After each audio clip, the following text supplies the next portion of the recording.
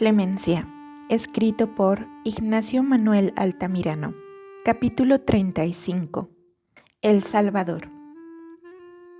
¿Saben ustedes lo que pasa?, dijo entre tanto uno de los amigos de la familia. Ya lo sabemos, dijo el señor R. Ahora, ¿qué sucederá con ese oficial?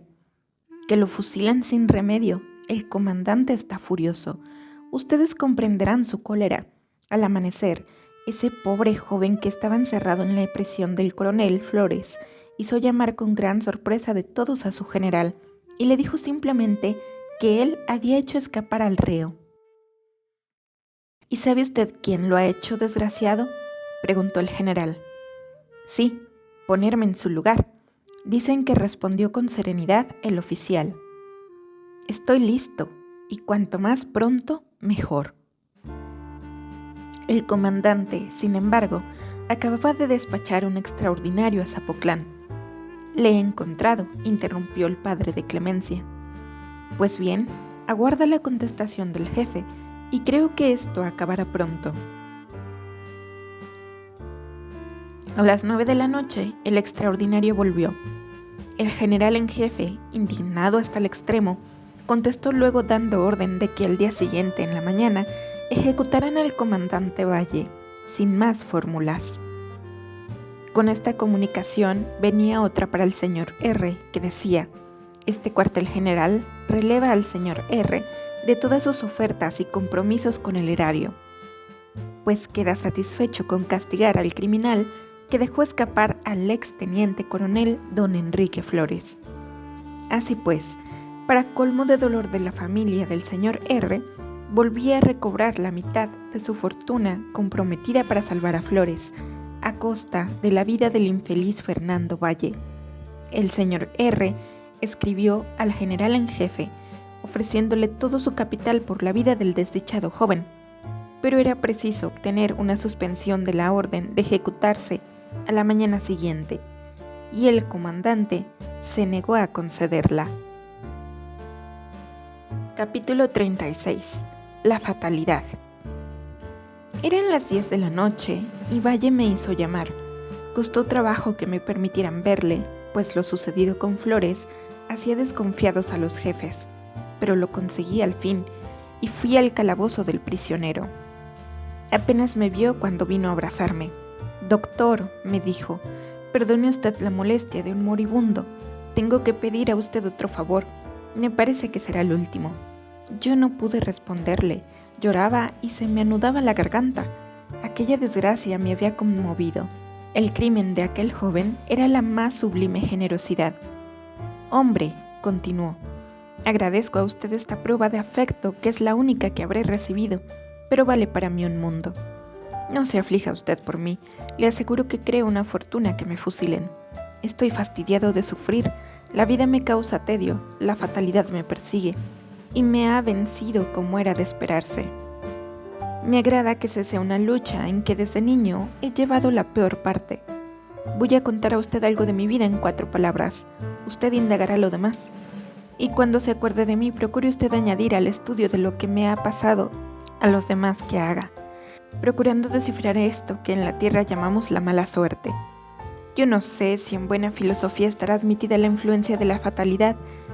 Yo ignoro esas cosas, pero el hecho es que sin haber hecho nada que me hubiese acarreado el castigo del cielo, que sintiéndome como un alma inclinada a todo lo noble y bueno, he sido muy infeliz y he visto cernirse siempre la tempestad de la desgracia sobre mi humilde cabaña, al mismo tiempo que he visto brillar el cielo con todas sus pompas sobre el palacio del malvado, que se levantaba frente a mí, insolente en medio de su fortuna. Creo que es la primera vez que uso el estilo figurado y pido a usted perdón por él, en gracia que no volveré a usarle más. No hay misterios en mi vida, como todo el mundo ha sospechado. No sé por qué. Soy hijo de una familia rica de Veracruz, avecinada hoy en México, pero el hogar paterno me negó desde niño su protección y sus goces, a causa de mis ideas y no de mi conducta. Mi padre es un hombre honrado pero muy austero en la observancia de sus principios religiosos y políticos. Es enemigo de las ideas liberales. Mi madre es un ángel de bondad pero sumisa a la voluntad de mi padre. Le obedece ciegamente. Tengo 3 hermanos y 3 hermanas. Usted conocerá a los unos y a las otras, y quedará usted contento. No piensan como yo los primeros, pero valen mucho, y son un modelo de belleza y virtud las segundas. Desde muy pequeño vine a educarme a un colegio de México, mientras que 2 de mis hermanos se educaban en Europa y otro más pequeño permanecía en casa. Yo conocía de religión, las prácticas del culto y las ideas de mi tierna madre, y de política había oído hablar a mi padre, anatemizar los principios progresistas. Pero a los 3 años de estudiar me encontré un amigo. Ay, el único cariño profundo de mi vida solitaria. Era un muchacho pobre, pero de un talento luminoso y de un corazón de león. Él no jugaba, no paseaba, no tenía visitas. En vez de distraerse pensaba, cuando todos hablaban con sus novias, él hablaba con los muertos. Como decía Zenón, estudiaba de una manera asombrosa. Así es que el joven era un sabio, en la época en que todos son regularmente ignorantes. Pues bien, este amigo me inspiró las ideas liberales que abracé con delirio. Mi tutor, hombre que opinaba como mi padre, se espantó de este giro que tomaban mis aspiraciones y me prohibió la amistad de aquel hermano mío. Yo me negué a separarme de él. Primer motivo de disgusto para mi familia. ¿Qué quiere usted? Cuando uno sacrifica un sentimiento noble como el de la amistad a las preocupaciones, no merece tener amigos. Yo fui leal. Después, me retardé en ir a Veracruz a las vacaciones. Era que la madre de mi amigo se moría y él estaba solo. Aquella señora pobre que vivía en una casa miserable carecía de todo, y su hijo sufría espantosamente al verla llena de privaciones. Yo vendí lo que tenía y le ayudé a asistirla. Había sido para mí una madre, me adoraba. Me quedé pues unos días de diciembre para acompañarla hasta que murió. Llegué tarde a mi casa atribuyéndolo a desapego mío hacia la familia, y mi padre me trató con severidad. Yo fui a expiar mi falta a la casa, y los gozos de la distracción y del cariño me fueron negados. Mi adorada madre lloraba e imploraba el fin de mi castigo. Por fin lo obtuvo, pero no volví al colegio. Me dedicaron a aprender un oficio y estuve en una armería 1 año. Usted ve que soy débil. Los trabajos del armero me fatigaban, y por otra parte deseaba yo estudiar. Tenía sed de saber, y sabía yo con envidia, con noble envidia, que uno de mis hermanos se recibía de ingeniero en París y que otro estudiaba medicina en Alemania. Me dirá usted que porque eran tan severos conmigo en mi casa y porque era yo el hijo despreciado. Yo no lo sé. No había ninguna de esas razones dolorosas que suelen en una familia condenar a un hijo al papel de víctima. No, jamás los celos habían emponzoñado mi hogar, y por otra parte mi semejanza con mi padre, lejos de hacerme odioso, parece que me hacía acreedor al menos a la igualdad en el afecto. Así de armero yo procuraba ganar la ternura paternal. Me acuerdo de una famosa espada que hice para ofrecerla a mi padre en su cumpleaños. Cómo trabajé en forjarla y en cincelarla. Llegó el día, y entre los regalos enviados por mis hermanos de Europa y ofrecidos por mis hermanas, creí que mi espada y mis otros dijes de herrería me alcanzarían una sonrisa, un abrazo y el perdón de mis faltas. No fue así. El carácter de mi padre para mí se ennublecía cada día más. Apenas vio mis regalos y los arrojó con desdén en un rincón. Yo derramé lágrimas en silencio y no me consolé sino cuando mi madre, a hurtadillas, vino a hacerme una caricia y me dirigió algunas palabras de ternura. Algunos amigos de mi padre le hicieron reflexionar que era demasiado severo con un muchacho tan endeble y tan enfermizo como yo, y a moción suya me envió a una casa española de Veracruz para dedicarme al comercio. Pero el comercio me fastidiaba, estaba yo consumiéndome de tristeza. En esa época llegó el gobierno liberal e hizo de Veracruz su baluarte. Al poco el ejército reaccionario vino a poner sitio a la plaza. ¿Qué quiere usted, doctor? El fastidio que me causaba el comercio, las ideas liberales que me entusiasmaban, los toques de guerra que me hacían hervir la sangre, el peligro que me seducía, todo influyó en mí, y después de escribir una carta muy respetuosa a mi padre, en que le pedía perdón por seguir otros principios que los suyos, me alisté como soldado raso, y desde entonces pertenezco al ejército. Quise comenzar mi carrera desde esa clase, ascendí a sargento y luego, cuando triunfamos, fui a México. He visto frecuentemente a mis hermanos en su carruaje pasar junto a mí, dirigiéndome una sonrisa de lástima. Intenté una vez ver a mi padre y a mi madre para arrodillarme delante de ellos e implorar su perdón y su gracia, y escribí con tal objeto, pero recibí la orden de no presentarme jamás en casa. Por eso he vivido apartado de mi familia, sin verla ni aun en momentos en que me moría del pecho.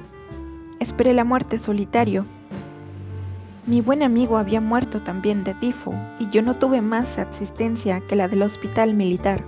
Entonces pedí mi licencia, se me concedió y viví trabajando como armero de día y estudiando de noche, pero vino la guerra extranjera y volví a presentarme de soldado raso. Por eso muchos creen que he comenzado a servir hace 2 años. Concurrí el 5 de mayo después al sitio de Puebla, a las órdenes del general Herrera y Cairo, que hoy está en el interior, y he ganado mis ascensos merced al deseo que he tenido de distinguirme en las armas. He ahí mi historia de dolor, de miseria y de resignación. Jamás me he sublevado contra la dureza de mi suerte, jamás he manchado mi vida con una acción innoble. He sido liberal, he ahí mi crimen para mi familia, he ahí el título de gloria para mí. Mi padre sabrá que he sido un soldado oscuro en el ejército republicano, pero jamás un criminal. Conservo su nombre puro, y aún el motivo que me lleva al cadalso es un motivo que se enorgullecería a cualquiera. He faltado a las leyes militares, pero no a las de la humanidad. Quizá hago un mal a la patria, pero para mí ahorro lágrimas y evito la desventura a un corazón que ama con delirio. En cuanto al estado de mi corazón, confieso a usted que nunca he amado antes de llegar a Guadalajara, porque francamente no he sido simpático a las mujeres. Y alguna vez que me he inclinado a alguna, pronto su desvío me ha hecho comprender que la molestaba, y tímido por carácter pero altivo en el fondo, me sentía humillado y retiraba pronto. En Guadalajara tuve mi primera pasión, usted lo sabe tal vez, esa joven tan hermosa y buena que ha estado ayer loca de dolor por Flores, fue a la que yo amé. Ella fue la causa. Me miraba de una manera que me engañó. Creí que podría llegar a quererme, quizá por una originalidad de su carácter, o quizá porque adivinara que yo tenía un corazón sensible y bueno. Pero fue un error mío, que no conocía sino cuando ya estaba perdido y ciegamente enamorado. Y aún lo estoy, doctor. ¿Crea usted que hacía tiempo que no experimentaba un dolor tan amargo como el que sentí ayer al oírla dirigirme en su justo sentimiento palabras que aún me despedazan el corazón? Deseo que me haga usted un favor. He escrito esta carta para mi padre. Tenga usted la bondad de enviársela para que sepa que su pobre hijo ha dejado de existir. Hoy me han traído un libro para leer. Eran los cuentos de Hoffman. He leído 2 y como un desgraciado busca siempre en lo que lee los pensamientos que están en consonancia con sus penas y sus propias ideas. He copiado en ese papel 2. Guarde usted ese papel en su cartera y cuando le vea recuérdeme. Me es grato pensar que usted me recordará. La memoria de un alma compasiva es la más santa de las tumbas. Ahora, adiós, doctor. Acepte usted también mi caballo como un obsequio humilde. Le compré en 10 onzas a un criado del señor R., el padre de esa joven.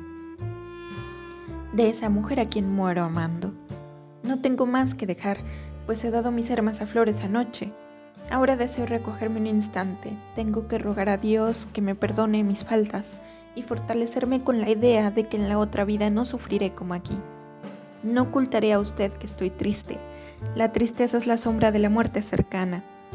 ¿Por qué me había de escapar de esa ley de la naturaleza?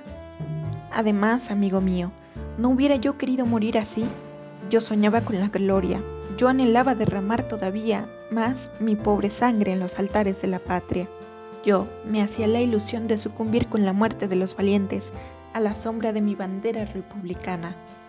Al decir esto, 2 gruesas lágrimas rodaban por las mejillas de Fernando y sus labios se agitaron un momento en un temblor convulsivo, pero él se apresuró a enjugarse los ojos y añadió sonriendo: ¿Pero qué hemos de hacer?